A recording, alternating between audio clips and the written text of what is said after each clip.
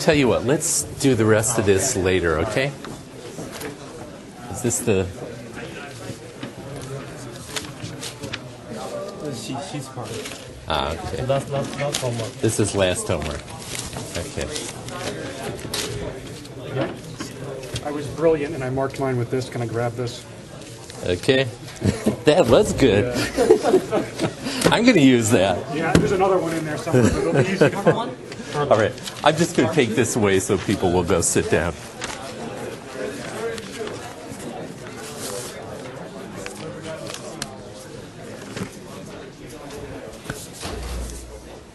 Okay. We have plenty to cover today, so let's get started. Let's see. So we really have two half lectures today. The first is finishing up the material on computational learning theory. As you remember, we left you with this cliffhanger question, but what if the hypothesis space is infinite? And then the second half, we're going to just take a giant step backward and kind of look at what we've covered during the first half of the semester, partly in preparation for the midterm. Okay, so let's start right in. So last time, really, the key result that we proved as a class was this one, that in this PAC learning setting that we talked about, where examples are created by first drawing an X at random from P of X, some underlying distribution like students coming in the door. And then once we have an X drawn from that random distribution, we'll have a trainer label that X in a deterministic fashion and without ever making a mistake. So the randomness here in the training set comes from P of X, not from the teacher making labeling mistakes. And in that setting, we found that we could prove, and we did, in fact, that the probability that the version space is not epsilon exhausted, or put in another way, the probability that we have a hypothesis that has survived all the training examples without making any mistakes after M training examples, and still has a true error that's at least as bad as epsilon, then that probability is bounded. And we proved what the bound was. So, in other words, the probability that there exists a hypothesis that will have zero training error on these M randomly drawn examples and still have a true error that's worse than epsilon is at most this quantity. And then we showed that we could use that fact, just re-express that fact really, to answer questions like, well, how many training examples M will suffice to guarantee us that probability of making a mistake is, or the probability of having a worse than epsilon hypothesis still in the running is at worst delta. And we came up with that expression. Or we could flip it around and equivalently calculate, well, how many examples do we need to look at to bound the true error? Essentially using epsilon as our indicator of the bound on that. Okay, so that's what we talked about last time. And one thing that I glossed over, but I just want for completeness to tell you the definition of PAC learning. Because if you read papers in this area, you'll see people talk about they've proved something about a PAC learner. And I just want to, for completeness, say precisely what that means. Here's the definition. So let's consider that this definition involves considering some class C of concepts, that is, functions with 1 or 0 as the y value, that the teacher could conceivably want to teach. That's the class C. And it's defined over some set of instances, X. that can be coded with length n. Like these are n Boolean features uniformly distributed, then maybe n would be that. And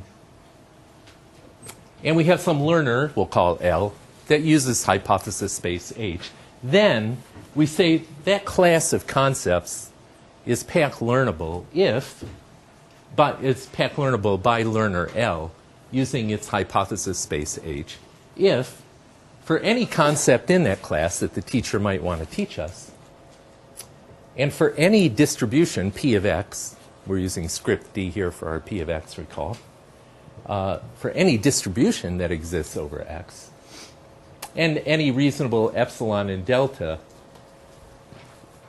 the learner will, with probability at least 1 minus delta, output a hypothesis with error smaller than epsilon. And we'll do that in time that's polynomial in this. So this is the official definition of PAC learnability. And notice it's couched in terms that are really computational complexity kind of terms, you know, in time that is polynomial. But of course, in machine learning, what we really care about usually, well, we care about time. We care about computer time, but I care more about not the computational complexity, but what we'll call the sample complexity. How many training examples do you have to give, as opposed to how much CPU time is it going to cost? But this definition is in terms of CPU time. And they're actually very closely related because if you think about it, if you have to prove that this learner can do this in time that's polynomial in how tight our bound on epsilon and delta are, and n, the size of the examples. And also, this is something about the size, the complexity of the class C. So what is n exactly? N is the coding length of x. So one sample of x or all x? Yes, the code you would use to encode a randomly drawn example of x. I mean one example or all examples? It's the length of the code you need to code an arbitrarily drawn example of x. So just one example?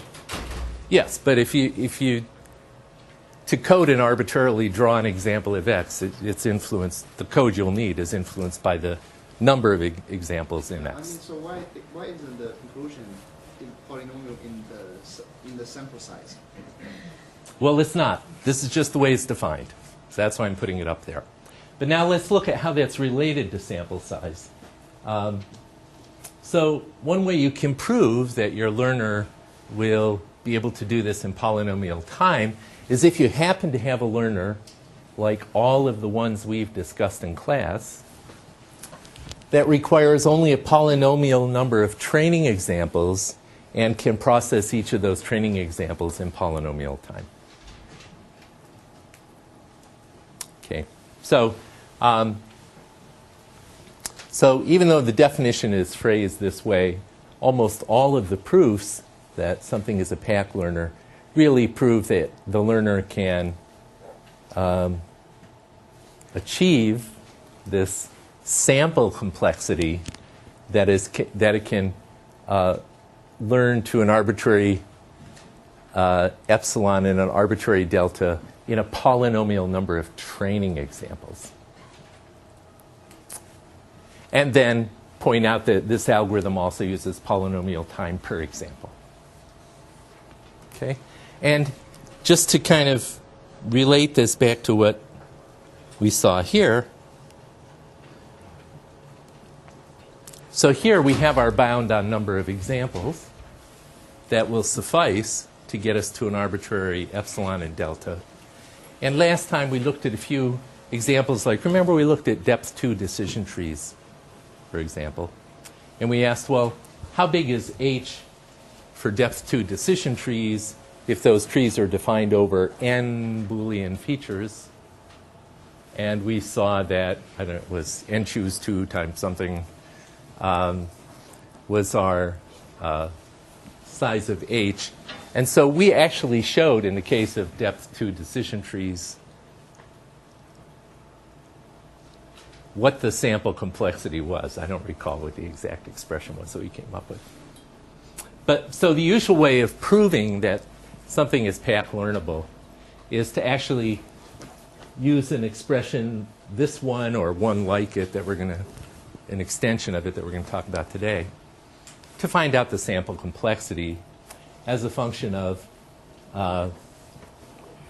well, we can see what it is as a function of 1 over epsilon. It's clearly linear number bound in that. It's a log bound in 1 over delta, so that satisfies the other part of things. And whether it's linear in n depends on how n is related to the size of h. And for example, that's what we looked at last time for depth 2 decision trees. So the usual way of proving this is to use this kind of expression to calculate what is the sample complexity, that is, how does the number of training examples that suffice, m, how does that grow with 1 over epsilon, 1 over delta, and n, the variable that controls the size of the instances.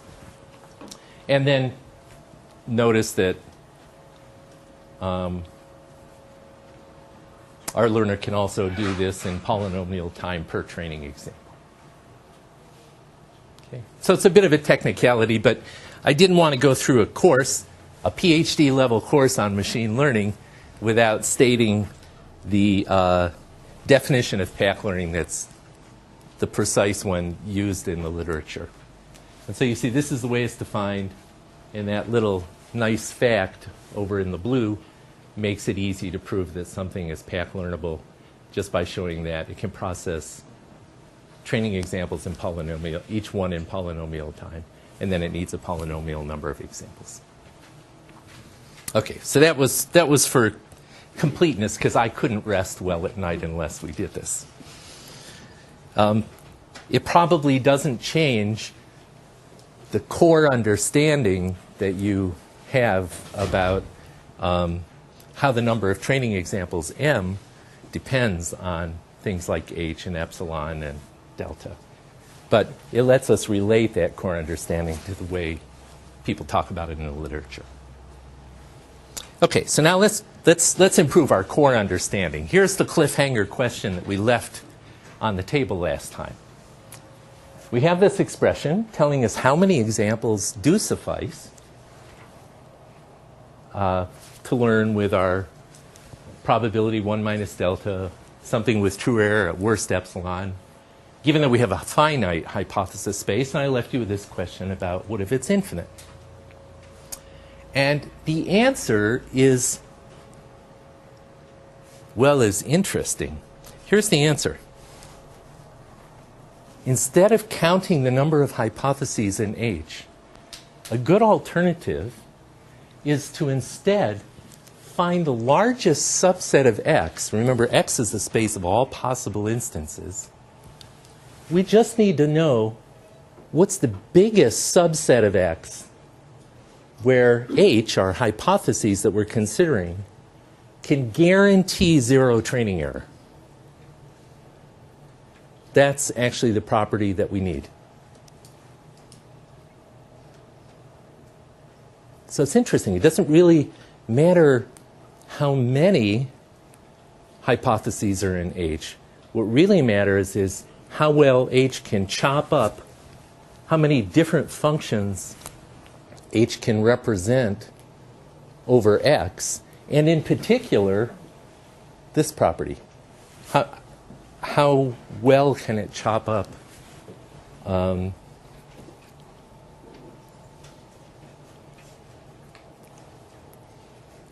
how big a subset of X can it completely slice and dice the examples?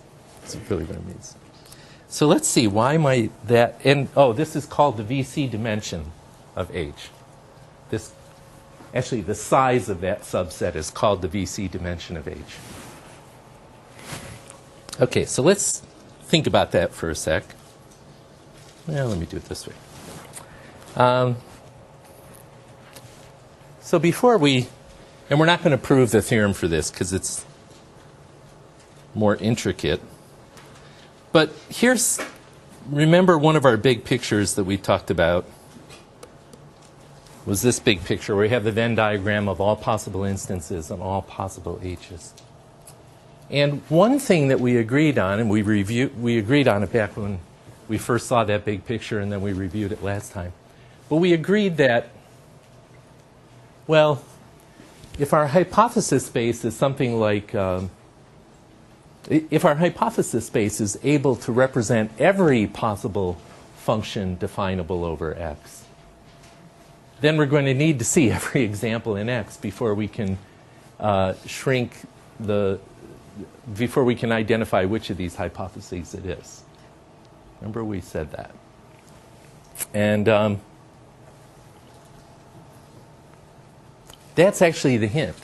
That what mattered there was that we're going to need to see all these examples labeled if H is such a rich hypothesis representation that every possible labeling of the examples can be expressed by some H.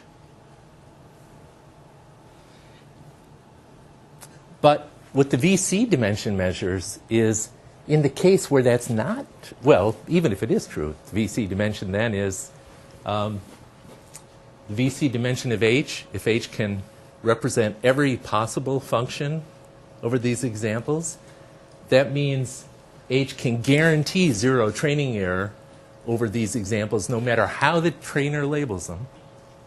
And then the VC dimension of H in that case will be just the number of instances in X.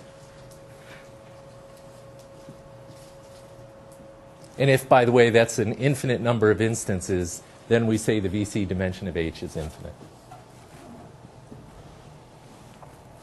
But if we have a more restricted, less expressive H that maybe can only guarantee zero training error on these three examples because it has 8 hypotheses that can express every possible labeling of those. Right, if we have 3 examples and we can guarantee zero training error, what that really means is no matter how the teacher decides to label those plus and minus, we've got a hypothesis over here that can do the job. We can guarantee zero training error. We can guarantee a consistent learning, zero training error learning of that. And so if the biggest subset of X for which we can guarantee zero training errors, say a set of size 3, then the VC dimension of H is 3. And so the intuition you kind of see, right? If H is more expressive, if it's so expressive that it can represent any function over X, that means anything the teacher tries to learn or to teach, anything the teacher tries to teach, we can guarantee zero training error. We can learn it perfectly. And that's going to be a very rich, expressive H. But if it's just some smaller finite set, then H is in some sense less expressive. It's less complex. It's actually more biased. There are going to be some functions that might in principle be teachable that won't be learnable with zero training error. We'll still be able to, in the agnostic bounds we talked about, we'll still be able to get some bounds on them. But the essence of those bounds comes from our characterization of the complexity of H this way. Okay, so let's see a little bit more. So the definition I just gave is not one that you'll see often in the literature, but it's identical to the definition that you will see. So let's see. Let's just define a few things and in the kind of more standard terminology. So we say a dichotomy of some set of instances, S, is a partition of S into disjoint subsets. Just the labeling of S as positive or negative. And then we'll say a set of instances is shattered. This is a term you'll see in the literature. A set of instances is shattered by hypothesis space H if and only if for every dichotomy, every positive negative labeling of those instances in S, there is some hypothesis consistent with that dichotomy. Okay, so again, this would be like having our hypothesis space over here. And if I take these 3 black dots, I'll say those are shattered by H if I have 8 different hypotheses here that can represent each of those possible labelings. When I say labeling, I just mean I'm using the notation here that the stuff inside the circle, this hypothesis labels positive, and the stuff outside the circle, it labels negative. Okay, so if I do it that way, then you can see there are 8 possible. If I have these 3 instances and they can be shattered, then I'll need 8 different hypotheses that can represent each of those 8 circles I've drawn here. And if I do, then I can, like this circle here will represent the case where the teacher labels this positive and those 2 negative. But if instead the teacher labels these 2 positive and that 3rd one negative, then this circle will do it. Then this hypothesis will do it. Okay? Yes? So if there's a nonlinear function, then does this still go in the same way? Right. So the question is, what if our hypotheses are nonlinear? This actually just doesn't care. This is completely abstracted away from what's the form of H. It just talks about the capacity of all of the H's that we consider to guarantee 0 training error over a set of instances. And so it's really a very general, abstract notion, not tied to any particular hypothesis representation. So that's why these results are so fundamental. They're not about naive Bayes or about logistic regression. They're about all of them. Restricted to binary classification. The way we've talked about it's restricted to binary classification. Somebody mentioned after class last time, in the proof that we did, there's nothing that said it had to be binary. It could be any discrete valued y, and the proof that we did in class would still carry through. And I agree with that. But it is a classification problem, not a regression problem. That is, we are assuming it's a function from x to y, where y is at least discrete valued. There are other results for regression, but we're not going to cover those in this class. Okay, so let's go ahead. So then we just say the VC dimension, the Vapnik-Chervonenkis dimension, a wonderful name, named after the 2 gentlemen who invented this, for some hypothesis space H with respect to some instance space X is just the size of the largest finite subset of X shattered by H. It's just another way of saying it's the size of the largest set of instances in X for which H can guarantee 0 training error. Okay. All right. So now let's look at the result. If we use this measure of complexity instead of simply using the count of the number of hypotheses in H, then it's possible to derive a result like this one shown here that's very similar in form to the one that we derived in class, shown on the bottom. And as you see, the main difference is instead of using the log of the size of H, we now use the VC dimension, the Vapnik-Chervonenkis dimension of H. We still have a log of 1 over delta kind of dependence in this. And we have a little bit of a difference here. So we also have a log of 1 over epsilon dependence multiplying our VC dimension. So that's a little different. But essentially this term plays a role similar to this term. And so, indeed, the VC dimension of H is used here as a characterization for the complexity. So this is great, because what this means is now we can handle, you know, when we did our proof in class, we really had two restrictions. One was finite H. Now we can handle infinite H.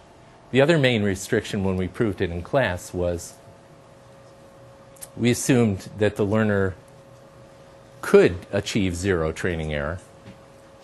And then subsequently, last class, we mentioned that even if the learner could not achieve zero training error, we still could generalize that to the agnostic learning case that we mentioned in class, where instead we just ask that the learner output the hypothesis that makes the fewest training errors. And then we could bound, with a similar kind of expression, the difference between the training error of the hypothesis it output and the true error of that hypothesis.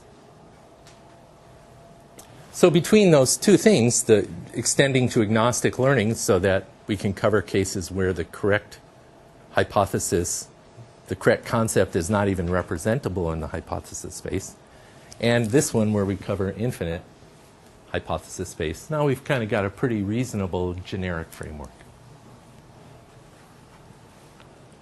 All right, so just to make sure we understand how to translate this very abstract notion of VC dimension into concrete terms, let's look at a couple very simple learners. So suppose that let's start with learner which uses hypothesis space H1. So all the hypotheses in H1 are of this form. First of all, sorry, I should say, X is itself just, whoa, I have a notation problem here. Let's just say X is a real number. So X is just a point on this number line over here. And then I'll define hypotheses space H1 as the set of all hypotheses of this form.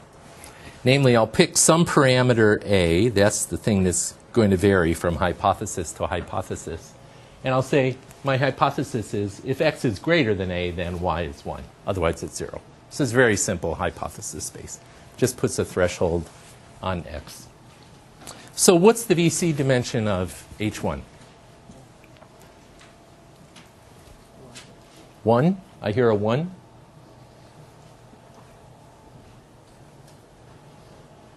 Okay, well, let's see. How would we get this?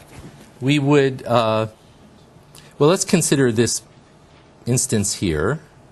And let's suppose A is this value. Then it's going to label everything on this side of A 1 and everything on the other side 0. And so, what are we doing here? The question we always ask when we want to know the VC dimension of something is, what's the size of the largest set of examples for which we can guarantee 0 training error? That is, we can shatter. That is, we could represent the hypothesis no matter how the permuted labels for that set of instances are assigned. So let's ask, is there a set of one example that can be shattered? And let's consider this example right here.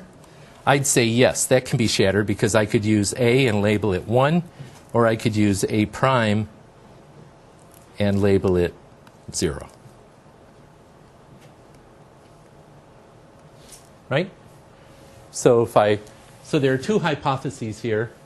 I just pick a different threshold A, and one of those hypotheses labels this dot a 1, and the other one labels it a 0. So no matter which one of those two things the teacher tries to teach me, I'll be able to do it. Okay, is there a set of 2 points that can be shattered, that I can guarantee 0 training error? What about these two shown here?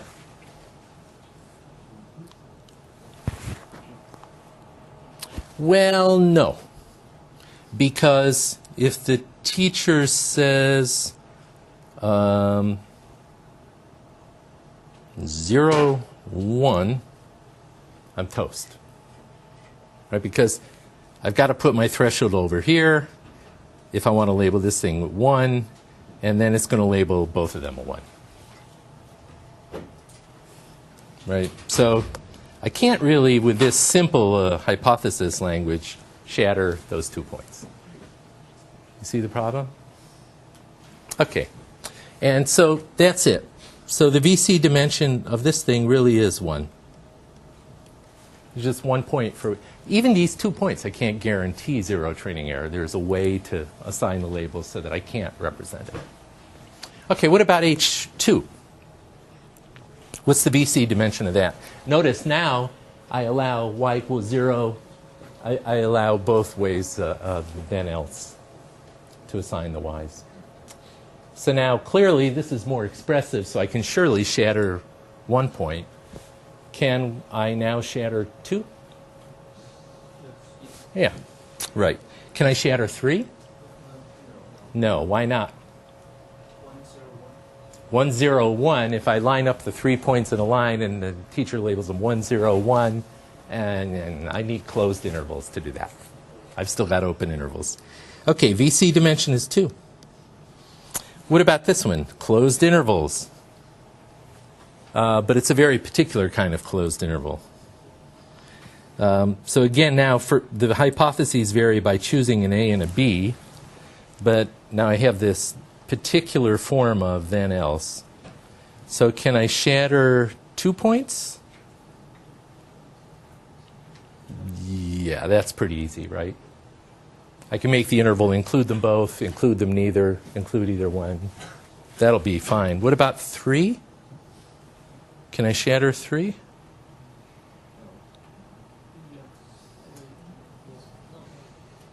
No. I still have the 1, 0, 1 problem, right?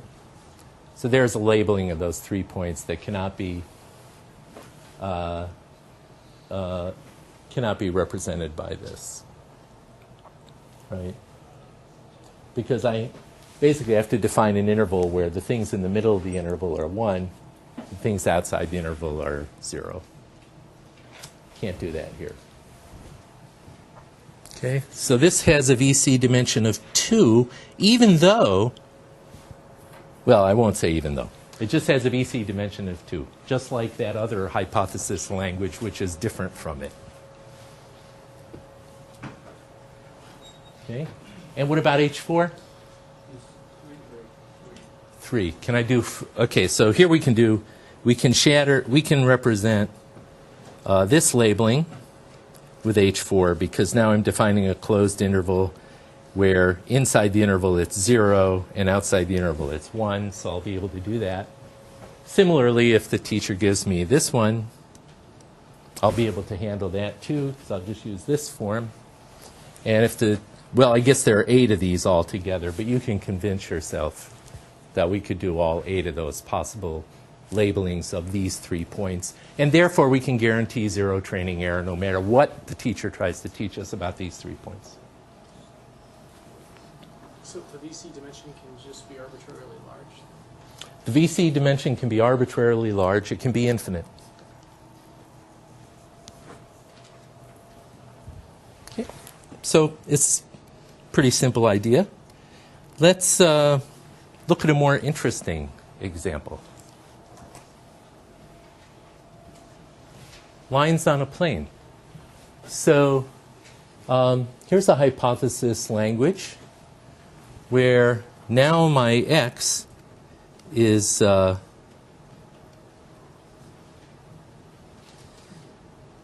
real numbers, 2 real numbers, points on a plane, and my hypotheses are decision surfaces on that plane. That if the points lie on one side, they can label that 1. And notice with this representation, if I just flip around the weights, the signs of my weights, I can put the 1 on either side of the line. So what's the VC dimension of lines in a plane? Can I shatter 1 point? Obviously, yes. Can I shatter 2 points? Yes. Can I shatter these 3 points? Okay, so to prove that you can shatter these 3 points, you have to tell me that for any of the 8 labelings that I might assign, you've got a hypothesis that'll handle it. Okay, I agree with you. Can you shatter 4 points?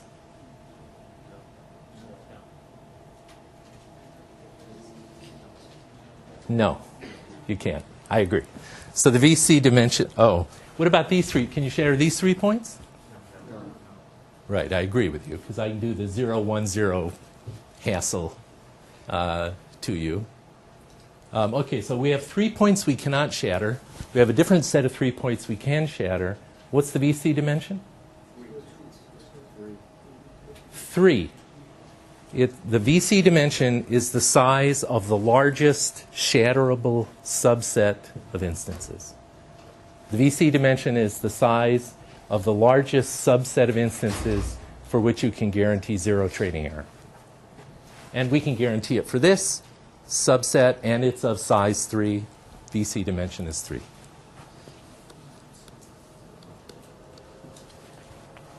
So we don't have to be able to shatter every set of size 3. There just has to exist some set of size 3 that we can shatter.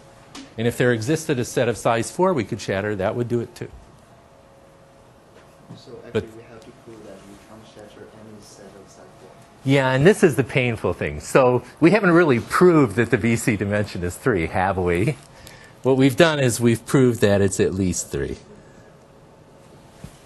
To prove that it's 3, we have to somehow prove that it's impossible to shatter every single subset of 4 points, which I leave as an exercise for the listener.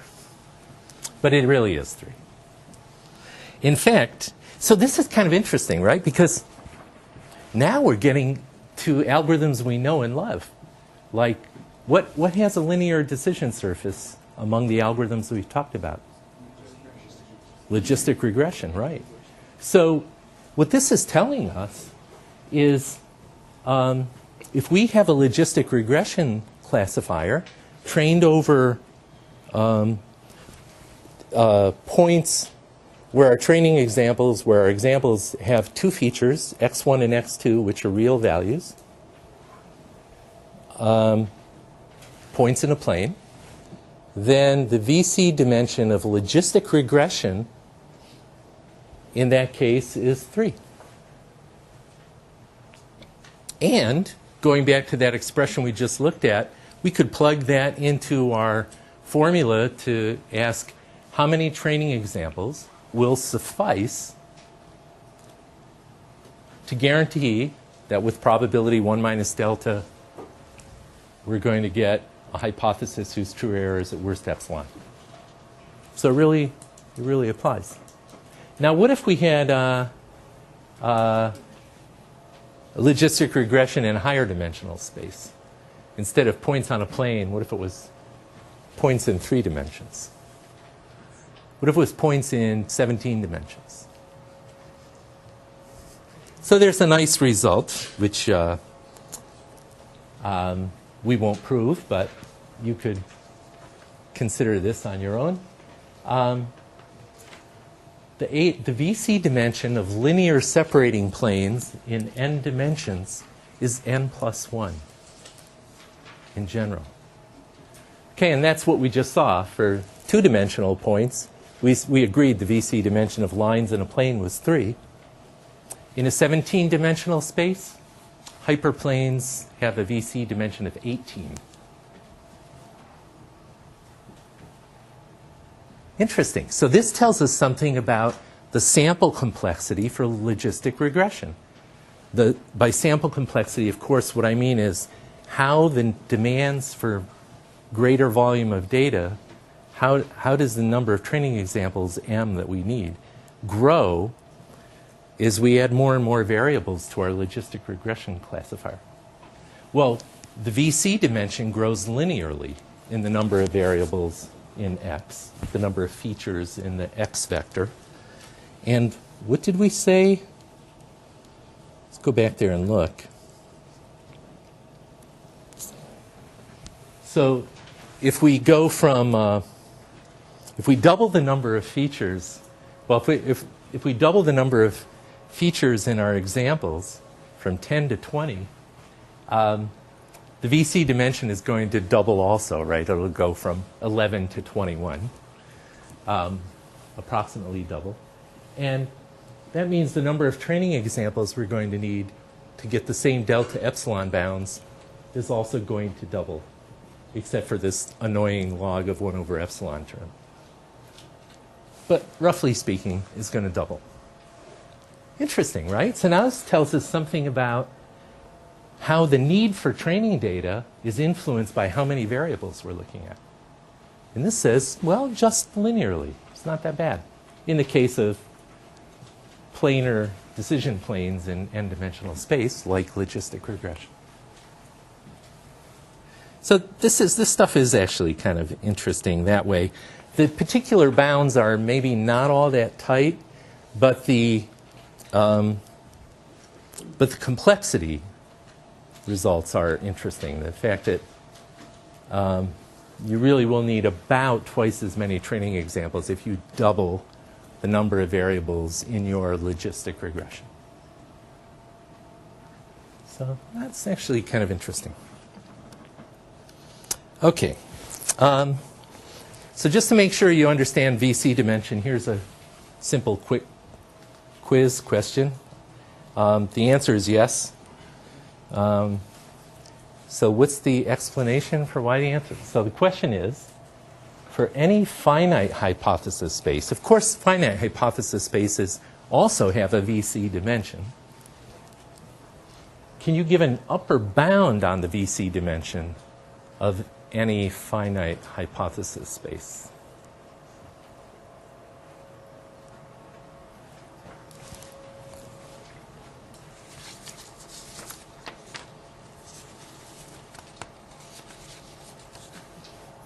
Well, let's see. What does that mean?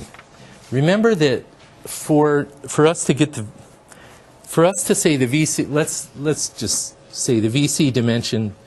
We have some hypothesis space H, and let's say its VC dimension is K, just so we have something to talk about. Okay, so what does this mean? This means that there exists some set of K instances in X for which we can guarantee zero training error.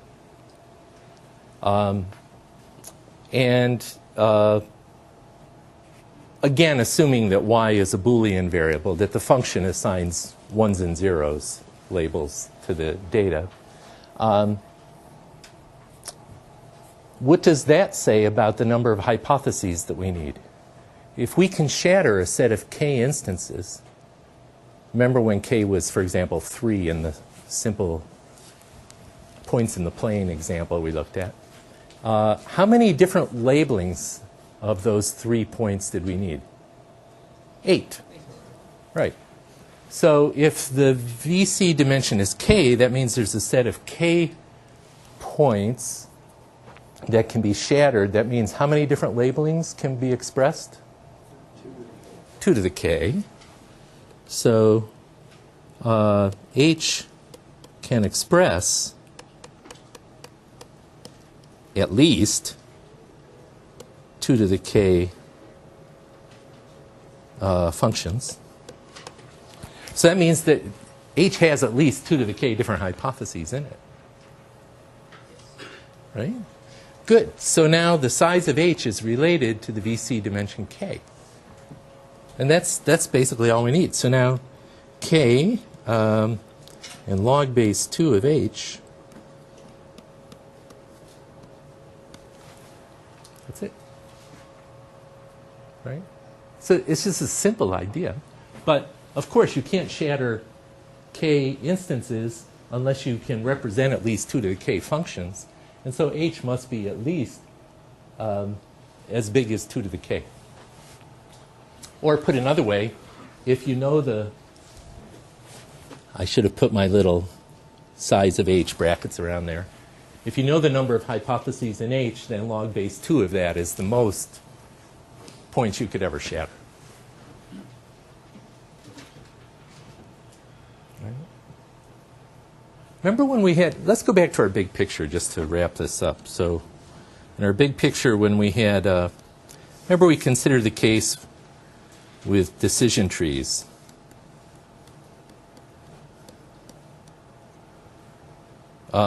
Defined over discrete valued Boolean variables. So he said x is x1 through xn, and these are all Boolean. And then we said, remember we talked about, well, can decision trees express every function, every Boolean valued function over Boolean variables? And we said yes, because we can just, if we have n Boolean variables, we just grow the complete tree to depth n, and we label the leaves as all of the ways we want. So we said, oh yeah, that's because x will be 2 to the n, we'll have 2 to the n instances in it. And then h, of course, will then be 2 to the 2 to the n. All of the possible, the power set of x. All the possible labelings. So h, in that case, would be that.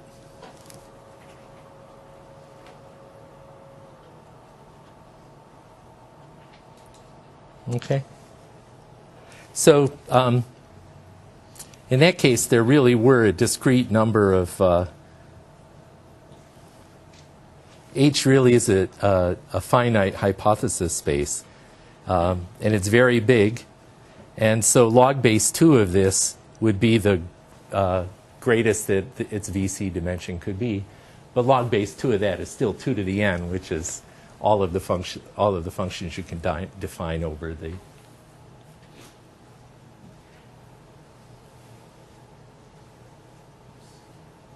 Which is the entire set of instances for which we can guarantee zero training error. So this is just a way of showing that what we're saying now is compatible with the claim we made before, that you can't get something for nothing. In this case, the VC dimension is just the entire set of the size of the entire set of examples. Okay.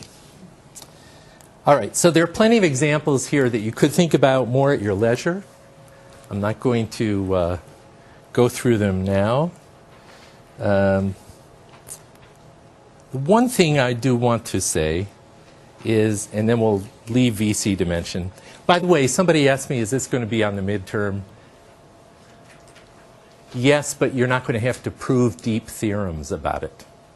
So you should be aware of the ideas, the core ideas we're talking about, but you shouldn't stay up all night worrying about how you would prove that expression that we gave about how m is related to the VC dimension. We're not going to ask that kind of question. But you should be aware of the basic results.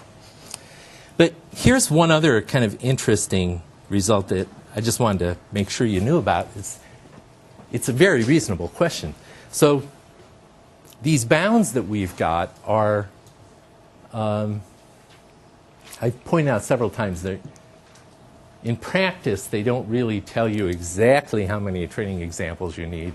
They're usually kind of conservative. If you give as many examples as these expressions ask for, you usually have more data than you need. People have done experiments to see how close this is to the empirically observed probability of outputting a hypothesis with epsilon error. And what they found is that the bounds are kind of loose. They exaggerate the number of training examples you really need.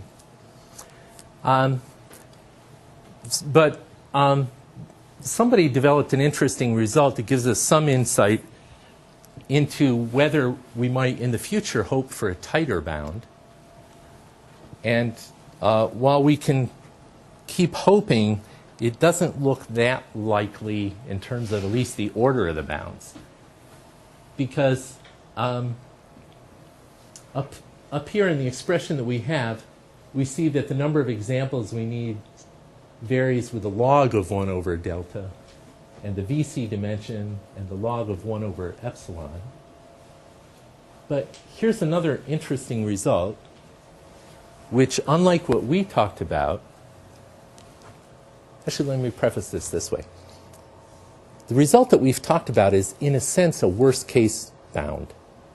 It says regardless of what P of X is, and regardless of what concept the teacher is trying to teach, if we get M examples, that'll do it. That'll suffice. So that bound has to cover the worst possible P of X and the worst possible concept that the teacher is trying to teach. So here's a different bound from the other end that says consider any class of concepts with some VC dimension more than 1, and any learner and any reasonable epsilon and delta.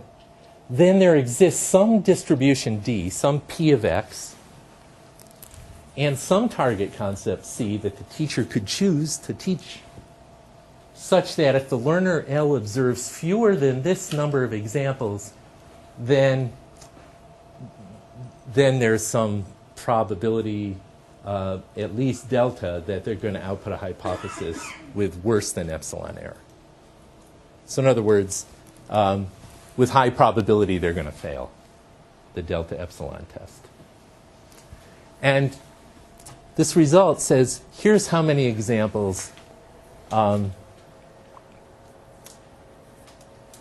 that if L observes fewer than this number of examples, then it's just, with high probability, it's going to be bad. And what's interesting is not exactly the same as that expression we have there, but we still have this 1 over epsilon log 1 over delta dependence, which is like the first term up there. And now we have something which is VC dimension over epsilon instead of the VC dimension times the log of 1 over epsilon. So there's a little bit of wiggle room here. Maybe that second term can be cleaned up a little bit, but it's not a huge amount of wiggle room in terms of the overall complexity. So this does look like it's probably about as good as we're going to be able to get.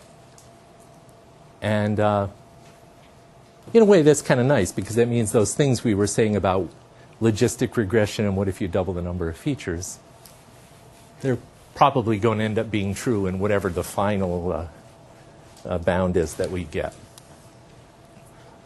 Maybe one of you will get it. It's part of your PhD thesis. All right. So there's an agnostic version of this as well. And I'm just going to move to the end because I want to get into the second half of, I want to get into a little bit of midterm review. So here's kind of the story, the what you should know part for this. So you should understand what this problem setting is, right? We're talking about classifying examples where the training data is generated according to this PAC model. And you should understand that if we have a finite hypothesis space, we have that expression we can use. And you should understand the two restrictions in the proof that we did. We assumed consistent learner and a finite H. And then we can avoid those. We talked about results in agnostic learning if the target function is not in H, and we can't guarantee zero training error. And we also talked about extending to the VC dimension.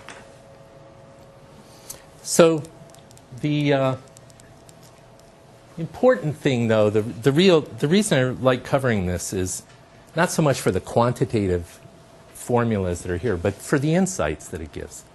So basically, these are very general constraints that any inductive learner in this problem setting, including you and I as inductive learners, will suffer. It's not reasonable to expect that we're going to be able to learn functions with fewer than some amount of training data. And these results give us some insight into that. And the proof that we did in class gives us some insight into why that's the case. And some of these complexity things like, oh, doubling the number of variables in your logistic function doubles its VC dimension approximately. Doubling from 10 to 20 goes from VC dimension of 11 to 21. Those kind of results are interesting, too, because they give some insight into real nature of the statistical problem that we're solving as learners when we do this. So in that sense, it also is a kind of, I think of it as a quantitative characterization of the overfitting problem, right? Because the thing about the bound between how different can the true error be from the training error? Well, that's exactly what we mean by overfitting. How bad could the true error be if the training error is so good? Well, that's what we mean by overfitting. It means that we found a hypothesis with small training error, but the true error is really terrible. And what these VC dimension bounds are telling us is just how bad that can be. So actually, let me go back and look at this one picture, because this is as good a midterm review as any picture could be. I don't know if you remember this picture. It was from lecture 1 or 2 in the class. But this is the picture we showed when we introduced the idea of overfitting for decision trees. And the horizontal axis here is the number of nodes we allow in the decision tree as we grow it. And this is the accuracy that we observe on the training data and on a separate test set of data. And we didn't say it this way when we first introduced it, but now we can. We could say, you could think of this axis as effectively the VC dimension. I'd have to put different numbers on this. But, you know, decision trees with 20 nodes have some VC dimension. I don't know what it is.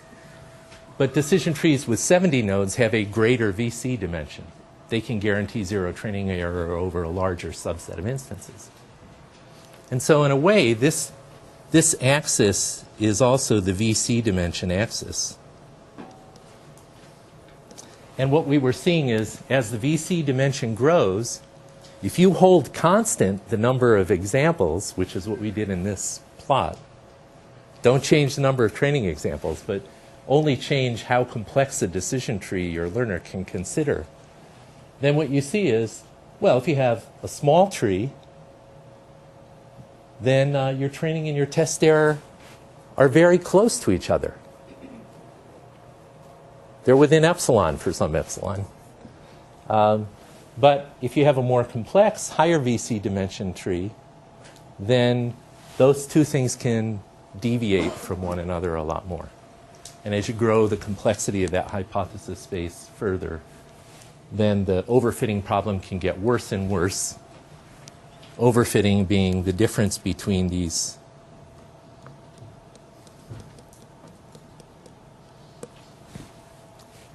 and if you think about it, these VC dimension results that we're talking about are giving us exactly this thing. In fact, this expression here is from the agnostic version of the VC bound formula that tells us how much can the true error and the training error, our test is really an estimate of the true error. And that's the training error. So this is literally telling us how far can the true error, that's this guy,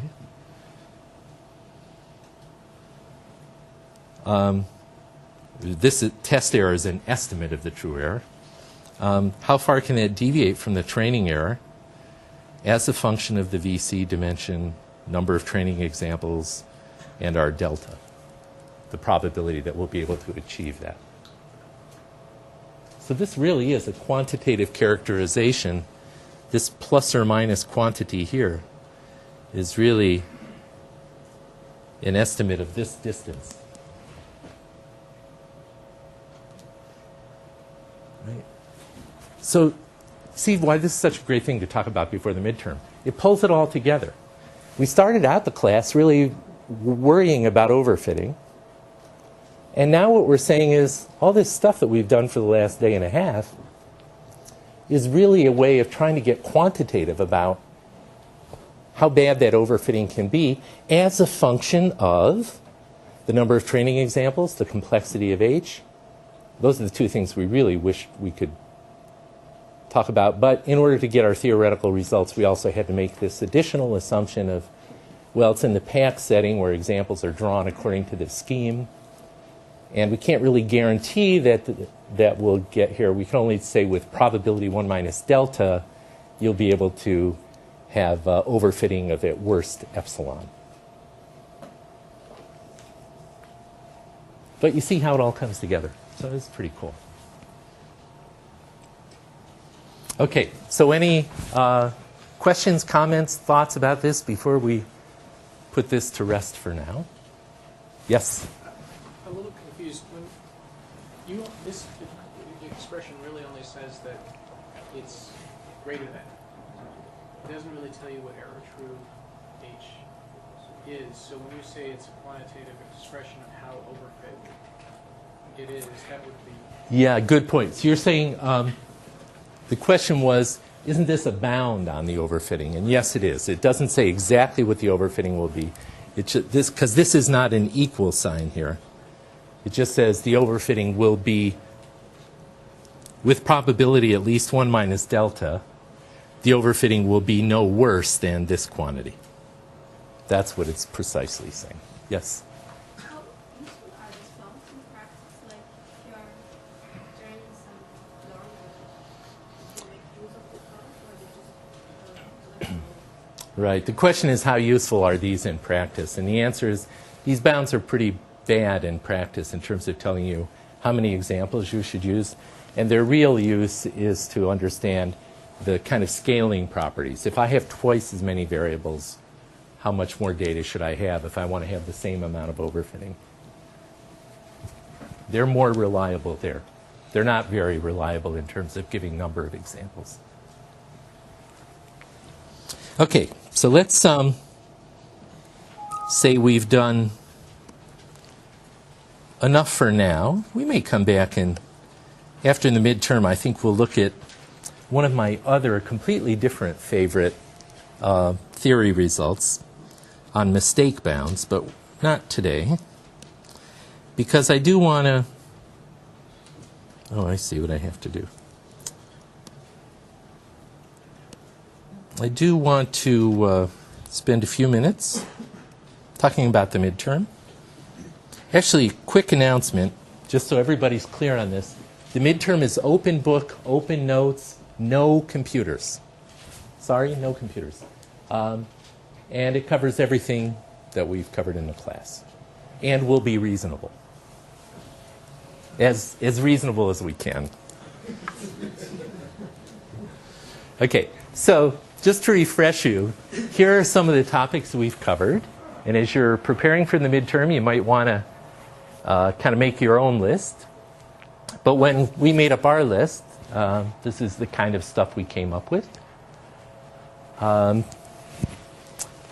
But I thought a little bit about what would be a good way to prepare for the midterm, and I have two things to say about that. I mean, you can prepare in your own way.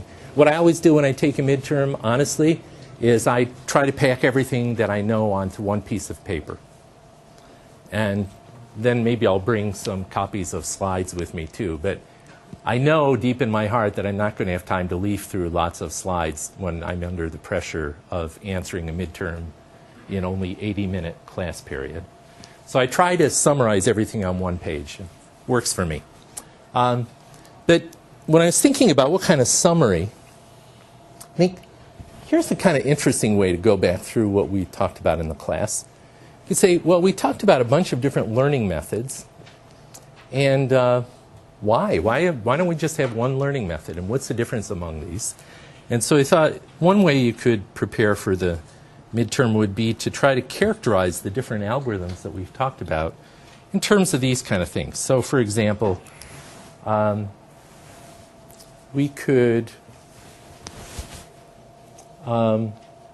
think about naive Bayes and logistic regression, for example. And maybe we can just fill this out ourselves to get the feel for it. You may want to go through this for other algorithms too. But like, you know, the form of the learned model for both naive Bayes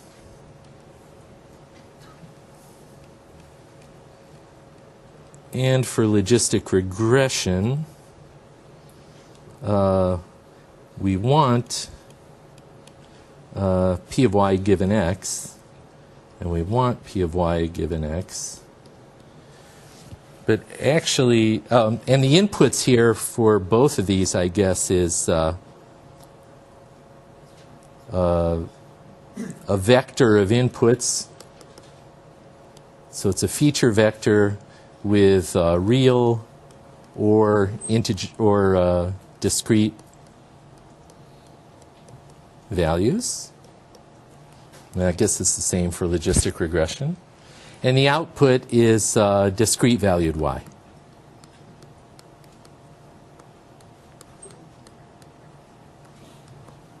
Same for logistic regression. Now, notice we've talked about other algorithms like linear regression, where the output was a real valued y instead of discrete valued y. So one of the reasons we ended up covering different algorithms is different types of inputs and outputs. But more interestingly, if you think about every one of these learning algorithms we've done, most of them you can think of them as the algorithm itself is a kind of optimization algorithm. Really, even naive Bayes and logistic regression, when we derived or justified the learning algorithm, we started with an objective. We said, well, we want the theta that, we want the parameters, we want to learn the parameters from the training data that maximizes the likelihood of the data, right? So for naive Bayes, really our objective is we wanted to maximize the likelihood of the data. We wanted to choose the parameters of the naive Bayes classifier that would maximize the likelihood of the data. Yes? I'm sorry. I remember reading naive Bayes estimates probably x given y, probably y. That's true. So the point up here was, but doesn't naive Bayes doesn't really estimate this directly. It estimates it how? Right, it uses Bayes' rule. So we get that by having P of x given y and P of x.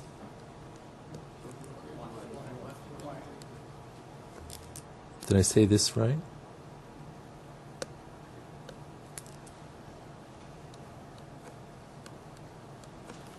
That's a y. Right? So we end up estimating P of x given y and P of y.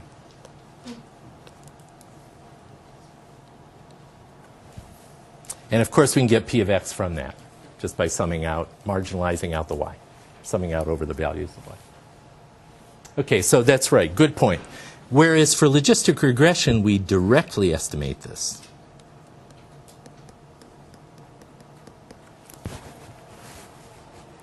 In fact, we directly estimate this in the form of essentially, you know, this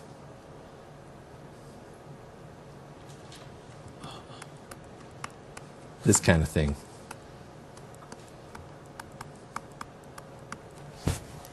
So they're different in terms of their representations. Thank you. And in fact, they're different in terms of their objectives too, right? Because we use maximum likelihood, or we also agreed we could use MAP if we wanted. That gave us a slightly different thing. Remember we talked about beta priors and all that. But for logistic regression, what do we use? Conditional likelihood. So we used maximize conditional likelihood estimate. Okay. And then we can talk about, well, I won't go into the algorithm, the assumptions. What's the difference in the naive Bayes versus logistic regression assumptions? Right. So naive Bayes assumes conditional independence. Actually, both the representation assumes this and the learning learning algorithm assumes it. Whereas logistic regression, when we learn, learner makes no explicit conditional independence assumption.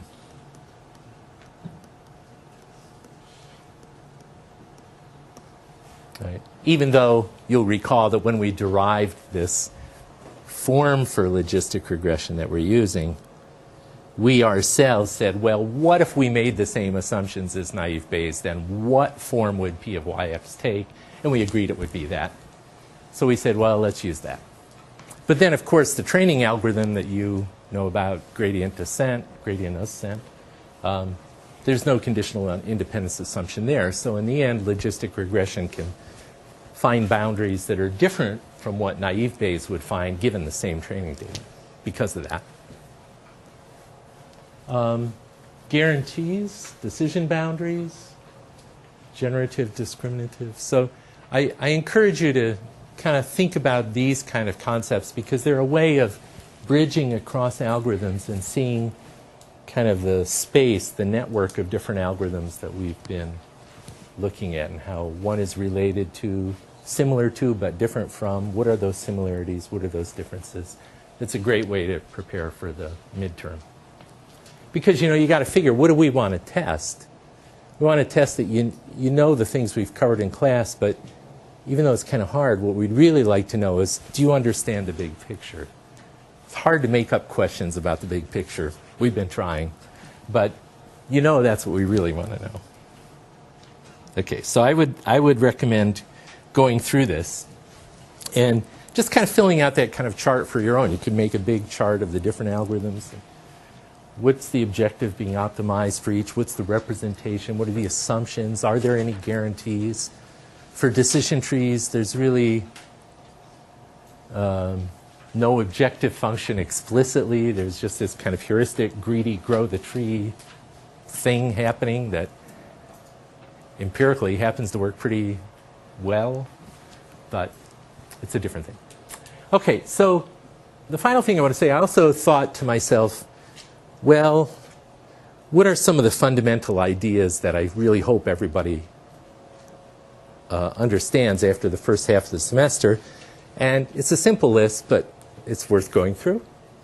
So one is, learning really is an optimization problem, the way we're framing it in many cases.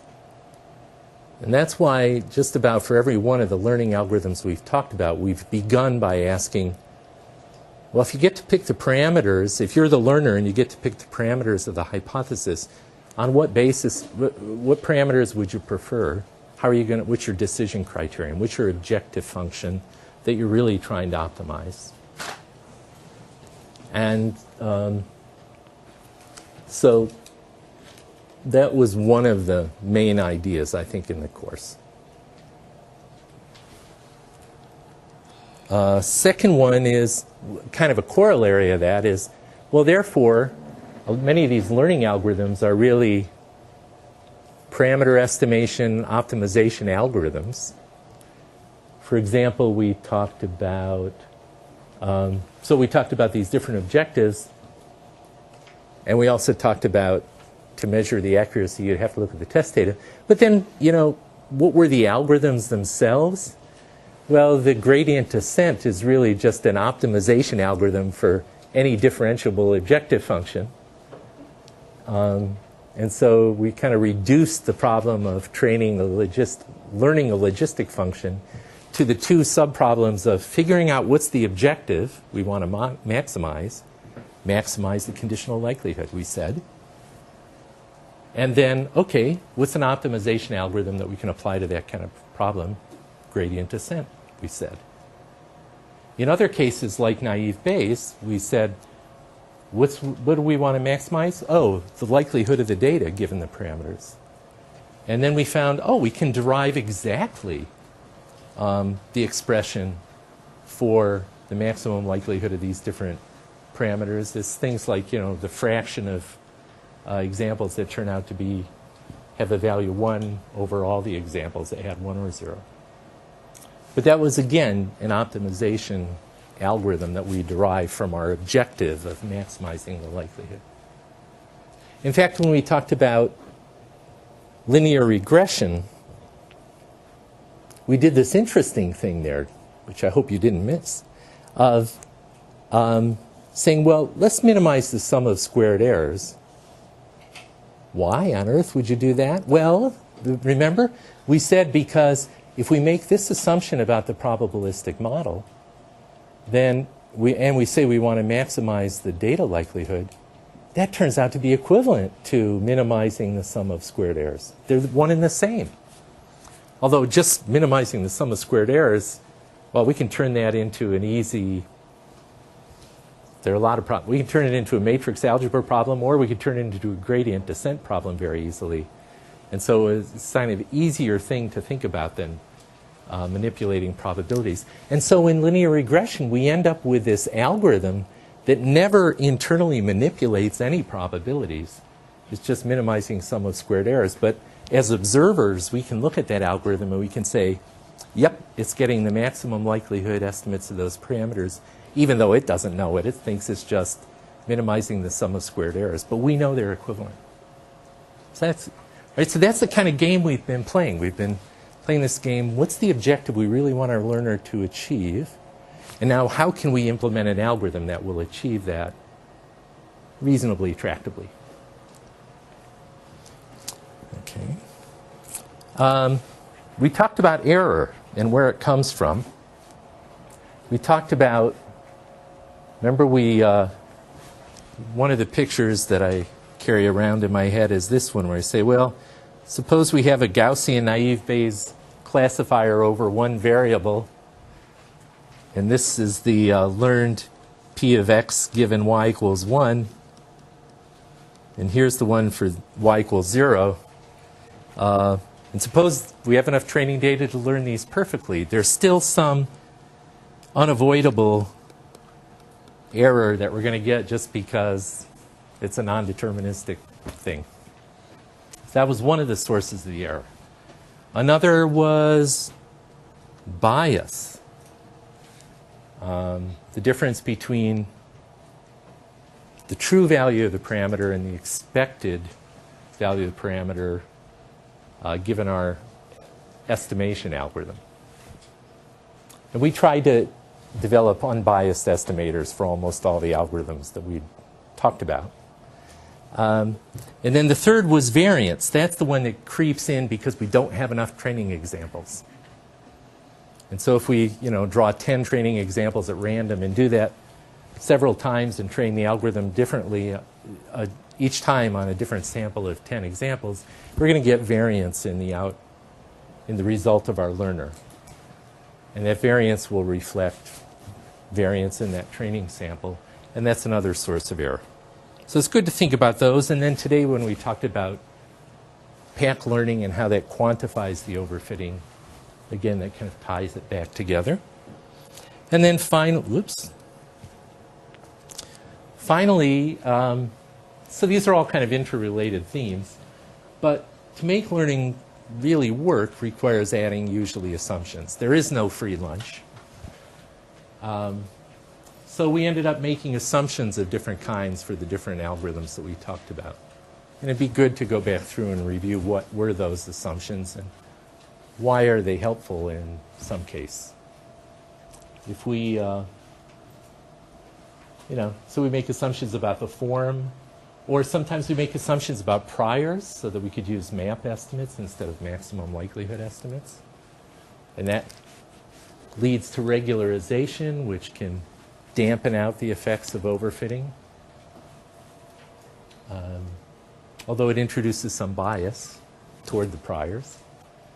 And we made other kinds of assumptions. We spent a lot of time on Bayes nets, mostly because we were so enamored of the idea of conditional independence assumptions that we wanted a more expressive way of stating them, and Bayes nets was just the thing.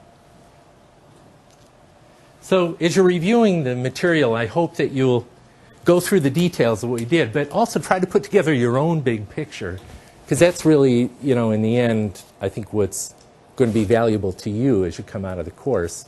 And the midterms are our first of 2 chances to do this kind of review. So come on time on Thursday. This is the only room available to us. Apologies to the student who sent me an email and say, can't we get a bigger room for the midterm? Sorry, they're booked. So come on time and we'll do it in 80 minutes on Thursday. Guys, homework 3 is graded. Yes, and here I'm setting the homework 2s out here.